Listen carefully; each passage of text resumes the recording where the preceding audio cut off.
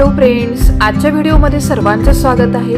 आजच्या व्हिडिओमध्ये आपण बघणार आहोत इयत्ता 7वी स्कॉलरशिप परीक्षेसाठी गणिताचा अभ्यासक्रम नक्की काय त्याबद्दल आपण चर्चा करणार आहोत। तत्पूर्वी तुम्ही जर चॅनलला नवीन असाल तर नक्की हा चॅनल सबस्क्राइब करा, त्याचबरोबर बेल आयकॉन प्रेस करा जेणेकरून तुम्हाला नवनवीन व्हिडिओच्या नोटिफिकेशन मिळतील। मित्रांनो, सुरुवात करतोय आपण आजच्या व्हिडिओला। बघा, महाराष्ट्र राज्य परीक्षा परिषद पुणे यांनी जो आपल्या इयत्ता 7वी साठी अभ्यासक्रम सांगितलेला आहे गणित विषयासाठी, या गणित विषयाच्या अभ्यासक्रमाबद्दल आपण आजच्या व्हिडिओमध्ये चर्चा करणार आहोत। तर एकंदरीत 6 ते 7 घटक आहेत यामध्ये आणि त्याच्या अंडर पुन्हा आपण 4-5 उपघटकांचा अभ्यास करणार आहोत आणि मग त्याचा भारांश काय, घटक कोणते, उपघटक कोणते, या सगळ्याबाबत आपण आजच्या व्हिडिओमध्ये डिस्कशन करणार आहोत। तर पहिला जो घटक आहे तो घटक आहे संख्याज्ञान। आता संख्याज्ञान म्हणजे काय, तर संख्येविषयी असलेलं ज्ञान। मग इयत्ता 7वी मध्ये शिकणाऱ्या विद्यार्थ्याला साधारण कुठल्या प्रकारच्या संख्यांची माहिती असली पाहिजे, तर बघा वेगवेगळ्या जे आपण प्रकार शिकलेलो आहेत 4थी, 5वी, 6वी, 7वी पर्यंतचे ते सर्व संख्यांचे प्रकार जर तुमचे तयार असतील, चांगले असतील, तर तुम्हाला कुठेही अडचण येणार नाही। मग या संख्याज्ञानाचे जे घटक आहेत त्यामध्ये 4 प्रकारचे उपघटक तुम्हाला दिलेले आहेत, याचा अभ्यास तुम्हाला करायचा आहे। मग ते कोणते उपघटक आहेत ते बघा। तर पहिला जो उपघटक आहे तो आहे समसंख्या, विषम संख्या, मूळ संख्या, संयुक्त संख्या, सहमूळ संख्या, जोडमूळ संख्या, त्रिकोणी संख्या आणि रोमन संख्या चिन्हे। तर हे सगळे चिन्हांचे प्रकार किंवा ह्या सगळ्या संख्या आपण पहिलीपासून ते 7वी पर्यंतच्या गणितामध्ये कुठल्या ना कुठल्या वर्गामध्ये बघितलेल्याच आहेत आणि हा जर पाया तुमचा चांगला असेल तर इथे वेगळा अभ्यास करण्याची अजिबात गरज नाही। इथे आपला पहिला उपघटक संपतो। आता आपण येतो दुसऱ्या उपघटकामध्ये।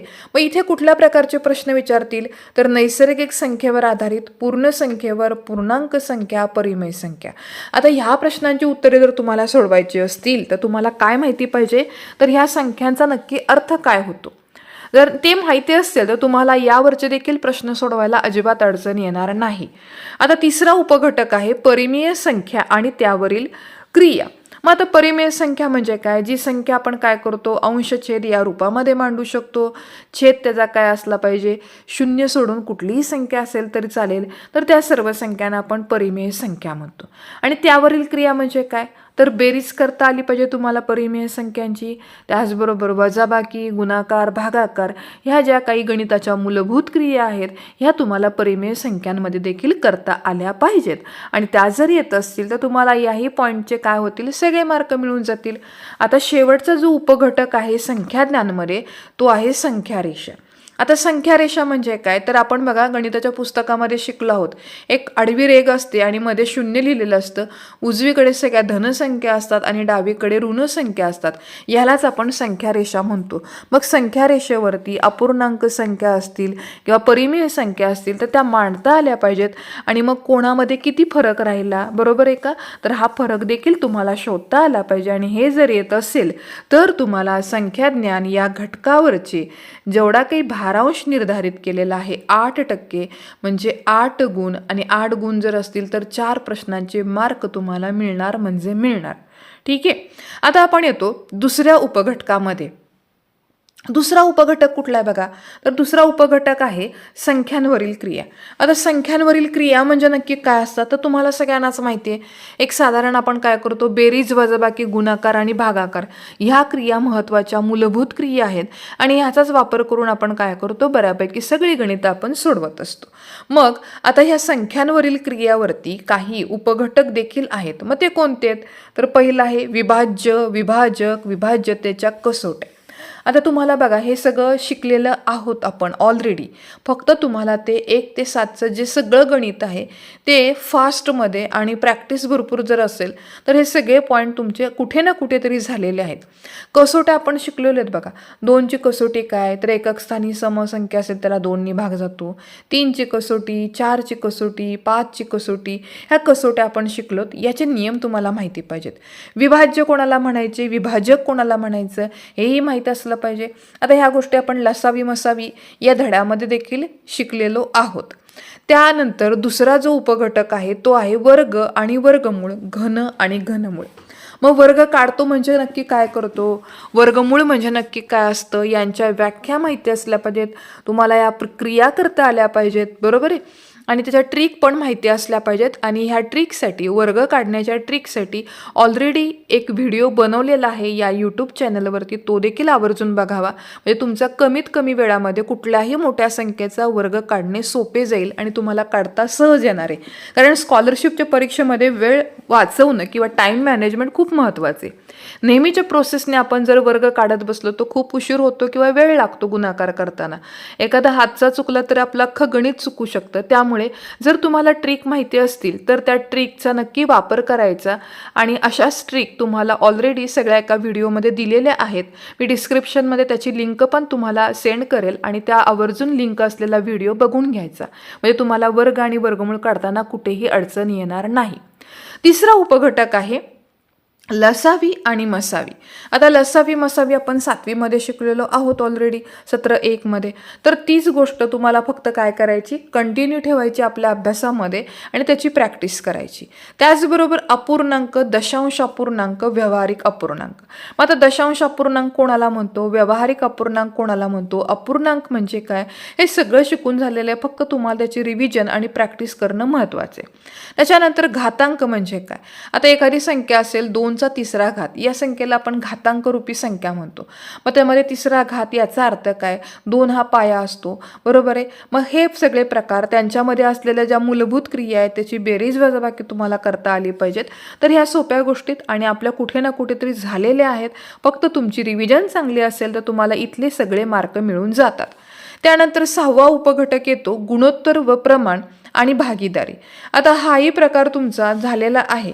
मग याच्यामध्ये देखील तुम्हाला तेच करायचं आहे, गुणोत्तर आणि प्रमाण, त्याच्यामधला जो भागाकार करायचा आहे हा तुम्हाला करता आला पाहिजे. त्याचबरोबर भागीदारी ह्या घटकावरती देखील आपल्याला प्रश्न विचारलेले आहेत आपल्या गणिताच्या पाठ्यपुस्तकामध्ये. तर त्याची प्रॅक्टिस असेल तर तुम्हाला इथलेही मार्क मिळायला कुठेही अडचण येणार नाही. त्यानंतर पुढचे उपघटक जे आहेत ते कुठले आहेत बघा, चलन, काम, काळ, वेळ आणि सरासरी. आता चलन, समचलन, व्यस्त चलन याची तयारी करावी लागेल तुम्हाला. काम, काळ, वेग याच्यामध्ये पण तुम्हाला काय करायचे, सूत्रांचा वापर करायचा आहे. काळाचं सूत्र काय, काम काढण्याचं सूत्र काय, किंवा वेळ जर काढायची असेल तर वेळेचे सूत्र काय, कन्व्हर्जन कसं करायचं, ह्या सगळ्या गोष्टीत तुम्हाला त्याची प्रॅक्टिस झाली तर तुम्हाला हे गणित निश्चित लवकर सोडवता येतील. त्यानंतर सरासरी काढणे.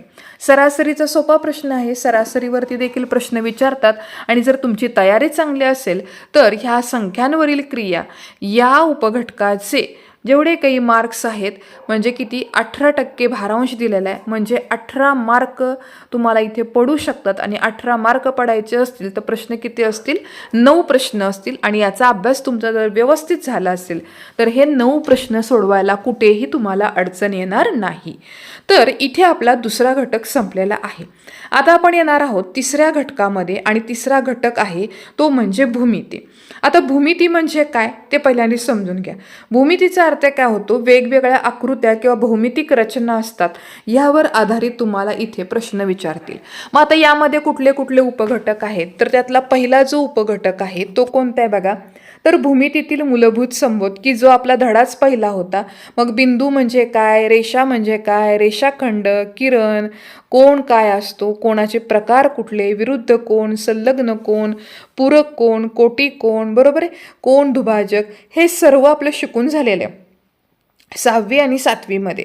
तर हे सर्व घटक तुमचे क्लिअर असतील तर इथलेही मार्क तुम्हाला आरामात मिळणार आहे. त्यानंतर दुसरा उपघटक येतो समांतर रेषा, गुणधर्म, संगत कोण, आंतरकोण आणि वृत्तकम कोण, बरोबर आहे. आता ह्यामध्ये पण बघा तेच होणार आहे की जे आपल्याला घटक ऑलरेडी शिकवलेले आहेत 6वी 7वीमध्ये, तेच तुम्हाला फक्त त्याची रिव्हिजन करून ते कन्सेप्ट क्लिअर करायचे आणि ते केल्यानंतर तुम्हाला कुठल्याही प्रकारच्या प्रश्नांची उत्तरे सोडवता येईल. पण त्यासाठी तुम्हाला ती कन्सेप्ट क्लिअर होणे महत्त्वाचे. म्हणजे संगत कोण म्हणजे नक्की काय असतो, आंतरकोण म्हणजे काय असतो, बरोबर आहे का, वृत्तकम कोण म्हणजे काय असतो, याबद्दल तुम्हाला सगळे कन्सेप्ट क्लिअर असल्या पाहिजेत. त्यानंतर तिसरा उपघटक येतो वर्तुळ. आता वर्तुळामध्ये मग वर्तुळ कंसाचा अभ्यास करतो आपण, केंद्रीय कोन, कंसाचे माप, याबद्दल देखील तुमची तयारी असली पाहिजे. त्यानंतर चौथा उपघटक येतो तो म्हणजे त्रिकोण गुणधर्म. आता त्रिकोणाचे गुणधर्म काय आहेत ते तुम्हाला माहीत असतात. आता पुढचा घटक बघा काय येतोय, उपघटक नंबर 5, तो आहे पायथागोरस प्रमेय. आता पायथागोरस प्रमेयमध्ये आपण सूत्र शिकलो, कर्णाचा वर्ग बरोबर बाजू वर्ग अधिक बाजू वर्ग. हा वर्गाचं सूत्र तुमचं पाठ असेल, आकृती कुठलीही देऊ द्या, काटकोन त्रिकोण दिसला तर तुम्ही काय करू शकता, पायथागोरस प्रमेय वापरू शकता. म्हणजे थोडक्यात काय, तर गणितामध्ये तुमची जर सूत्र पाठ असतील आणि भौमितिक जे काही आकार आहेत त्याच्याबद्दल माहिती असेल आणि मूलभूत जे काही आपल्या गणितामधल्या क्रिया असतात ह्या जर तुम्हाला येत असतील तर गणितामध्ये देखील मार्क जात नाहीत. त्यासाठी बेसिक महत्त्वाचं आहे, बेसिक तुमचं झालंच पाहिजे चांगलं. ठीक आहे. आता 6वा उपघटक बघूयात आपण, चौकोन गुणधर्म. आता चौकोन म्हणजे काय, चौकोनाचे गुणधर्म काय असतात, कोणांची मापं किती असतात, बरोबर आहे का, त्याबद्दल जुजबी माहिती तुम्हाला माहितीच असली पाहिजे. म्हणजेच तुम्हाला चौकोन गुणधर्म माहीत असणं आवश्यक आहे. त्यानंतर पुढचा जो उपघटक येतो तो आहे कुठला, तर तो आहे त्रिमितीय आकार, मिती, चिती, सूची, गोल, घडणी, पृष्ठे आणि शिरोबिंदू कडा. आता त्रिमितीय आकार म्हणजे 3 डायमेन्शनल स्ट्रक्चर. आता जसं की बघा, आता मी एक तुम्हाला दाखवते स्ट्रक्चर. समजा मी इथं काय केलं, एक डायस काढलेला आहे. ठीक आहे ना, हा त्रिमितीय स्ट्रक्चर आहे.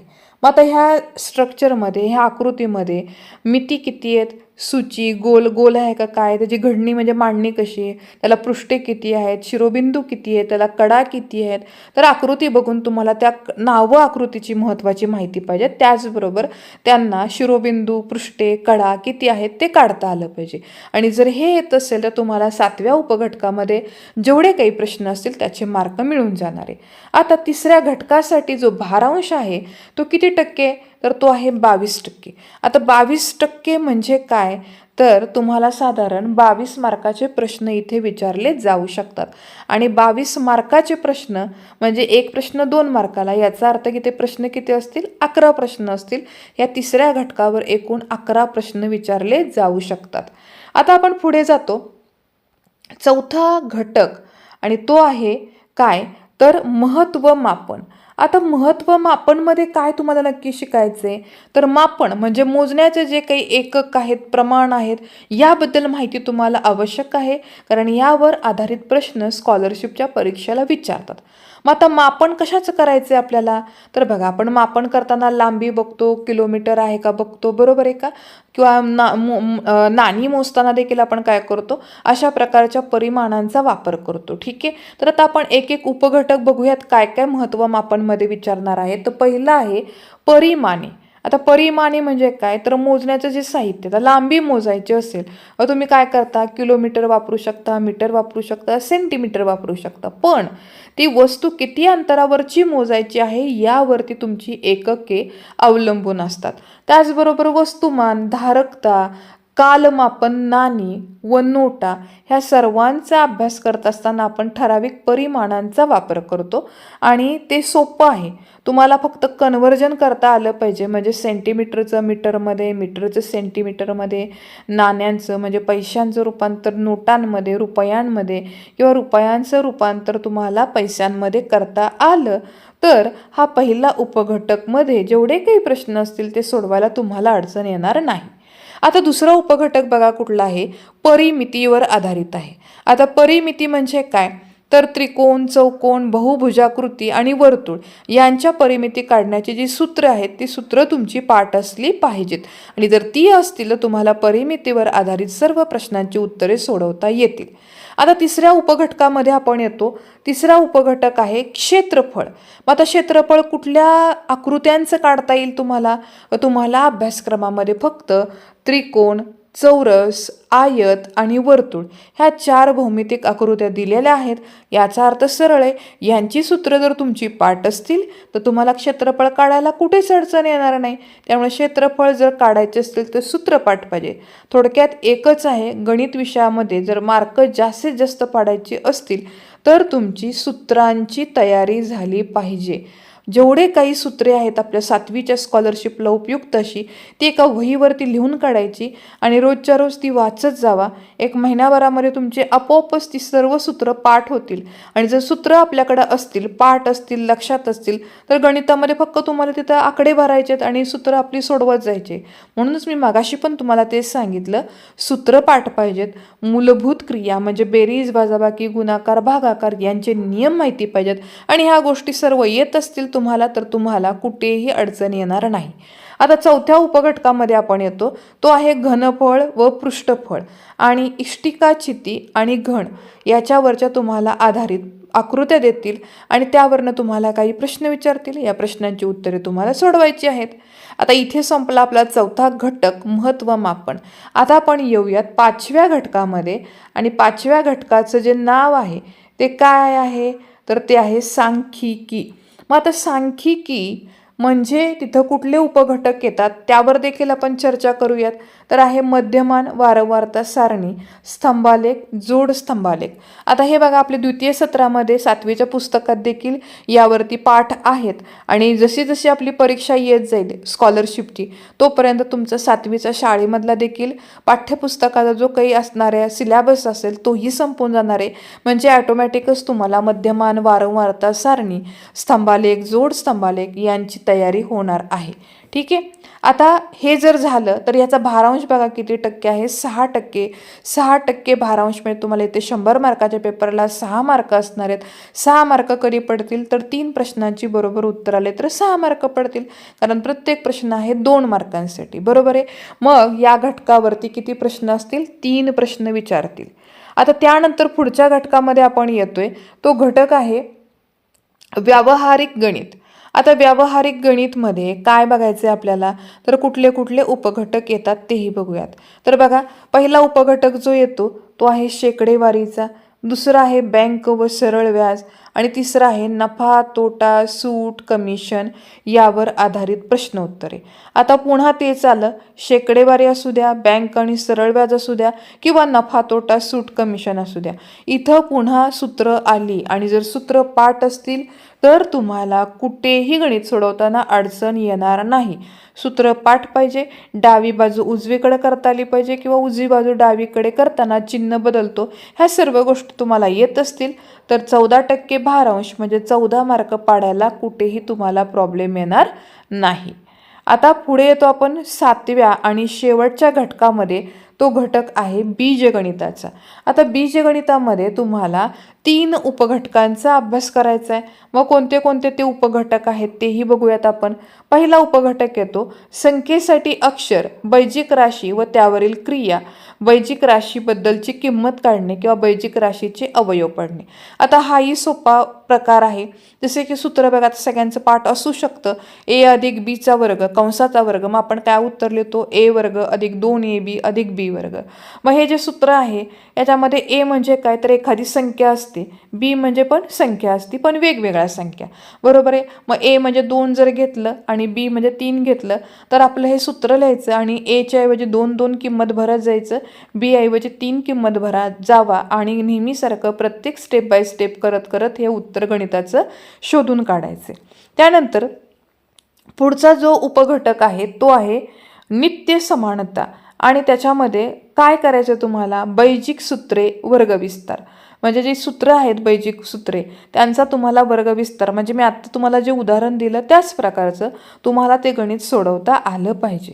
आणि शेवटचा उपघटक 7व्या घटकामधला शेवटचा उपघटक येतो तो म्हणजे एकचल समीकरणे व त्यावरील शाब्दिक उदाहरणे. आता एकचल समीकरणे म्हणजे काय तर इथे बघा लेखी गणितामध्ये असं असतं की मुलाचे वय आपण एक्स मानतो, आईचे वय दुप्पट आहे किंवा तिप्पट आहे, जे जे काही असेल दिलं गणित त्याप्रमाणे आपण काय करतो आपल्या गणिताची मांडणी करतो, एक्स अक्षर घेऊन काय करतो गणित सोडवतो आणि शेवट मग आपल्याला आईचं पण वय मिळतं आणि शेवट आपल्याला त्या मुलाचं पण वय मिळतं. तर अशा प्रकारची गणिते म्हणजे एकचल समीकरणे अशा लेखी गणितांचा देखील या स्कॉलरशिपमध्ये परीक्षेमध्ये तुम्हाला विचारण्याची शक्यता आहे, त्यामुळे तुम्हाला याची देखील तयारी करावी लागणार आहे. तर मित्रांनो अशा प्रकारे आपण आजच्या व्हिडिओमध्ये इयत्ता 7वी स्कॉलरशिप गणित अभ्यासक्रम काय आहे याबद्दल चर्चा केली. आय होप सो तुम्हाला सर्वांना या चॅनलवरचे व्हिडिओ आवडत असतील.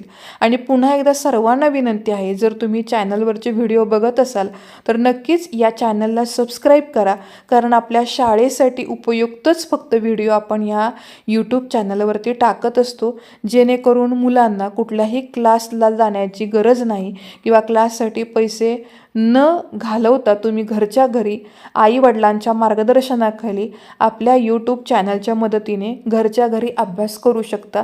याचकरता मी 5वीचे 4थीचे 7वीचे स्कॉलरशिपचे व्हिडिओ रोजच्या रोज अपलोड करीत आहेत.